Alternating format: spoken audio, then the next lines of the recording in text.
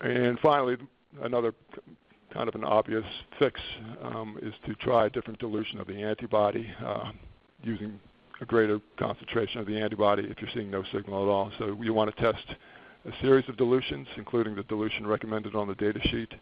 Just testing the dilution on the data sheet may not be sufficient because every sample type is different, and the conditions of your experiment, the detection reagents that you're using might be different than what was used for the example shown on the data sheet. And for the secondary antibody, you want to check it for isotype specificity and species reactivity to make sure it's compatible with the primary antibody.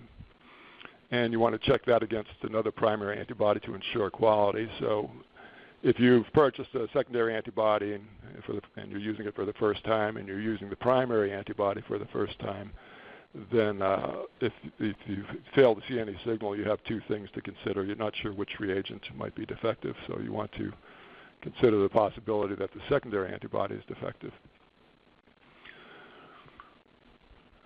Finally, the antigen retrieval I mentioned, it's either heat-mediated or enzymatic, and antibody data sheets should include a recommendation if they have been validated for IHC. If not, contact the vendor. This data on the right is from a paper that was comparing two different antibodies in this case, one against progesterone receptor and another one against E-cadherin, and they used a heat-mediated antigen retrieval, but in this case you see without any antigen retrieval they get no signal at all. But if they apply heat-mediated retrieval with buffers of different pHs, they get different results. So for the progesterone receptor antibody, pH 3 gave a good result, good intense staining where expected, and also pH 9, and to a lesser degree, some of these other pHs gave a result as well. The E-cadherin antibody failed until they got up to pH 9 or pH 10.5. So testing different conditions, if there is no recommendation on the antibody data sheet or if an antibody has never been tested for IHC before, is pretty standard. You want to test out at least two different pHs and then compare that to no antigen retrieval at all.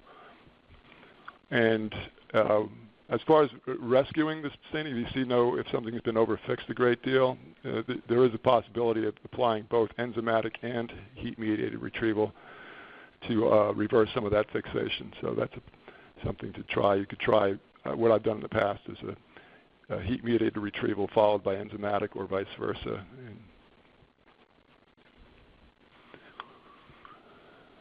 And this is from the same paper. This is the full study showing antibodies against a variety of different antigens with 6-hour versus 24-hour fixation and different tissues they were testing. And again, moving from low pH to high pH, and they found that the pH 9 in the most cases gave the best result, and also pH 3 it looks like here. So